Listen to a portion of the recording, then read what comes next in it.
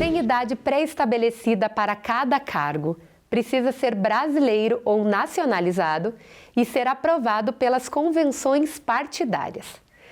Você achou que era fácil disputar uma eleição, né? São muitas regras para deixar apto o candidato ou a candidata. Mas não te preocupa que a gente te explica tudo. O chefe de cartório da Zona Eleitoral de Caxias do Sul, Edson Borowski, explica.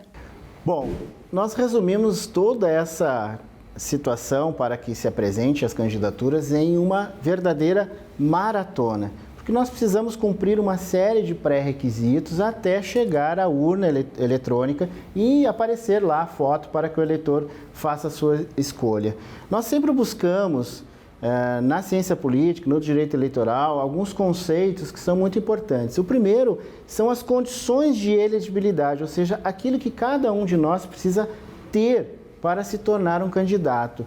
Isso nós chamamos de capacidade eleitoral passiva, ou seja, que a gente pode ser votado.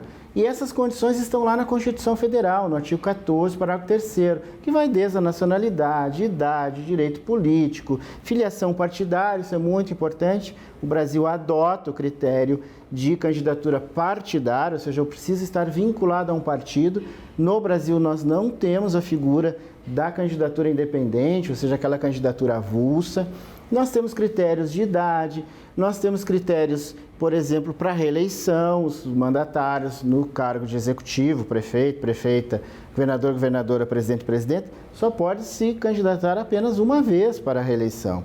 Então, essas são as condições básicas que cada um de nós precisa cumprir.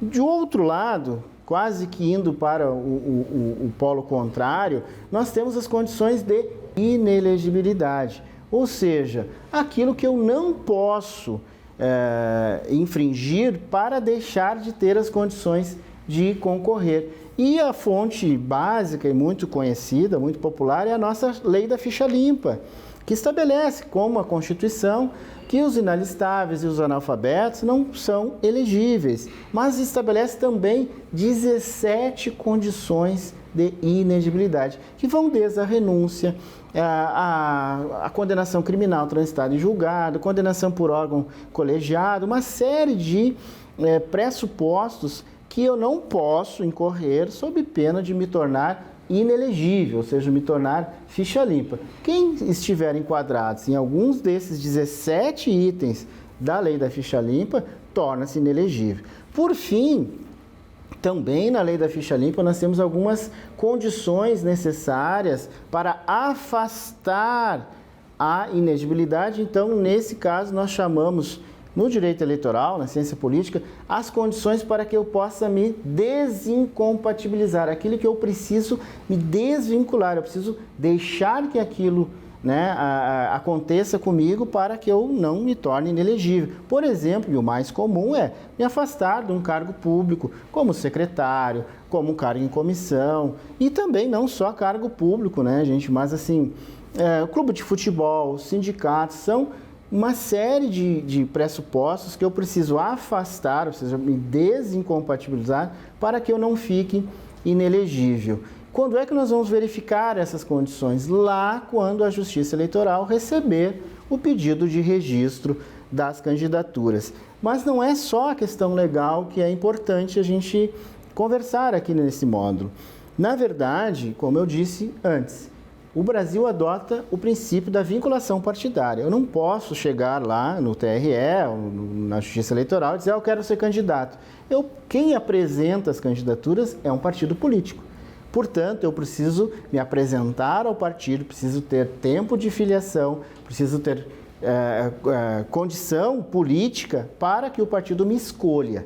E essa escolha se dá nas convenções partidárias que acontecem entre 20 de julho e 5 de agosto de cada ano eleitoral. Portanto, os nossos candidatos para as eleições de 2022 ainda serão oficializados pelos partidos políticos. Então, essa maratona só vai terminar quando o nome estiver aprovado na convenção e quando estiver deferido pela Justiça Eleitoral e aparecer na urna para que o eleitor faça a sua escolha.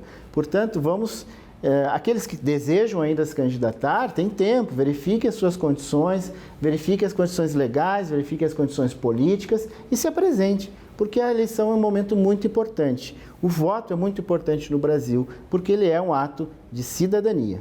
É uma maratona mesmo.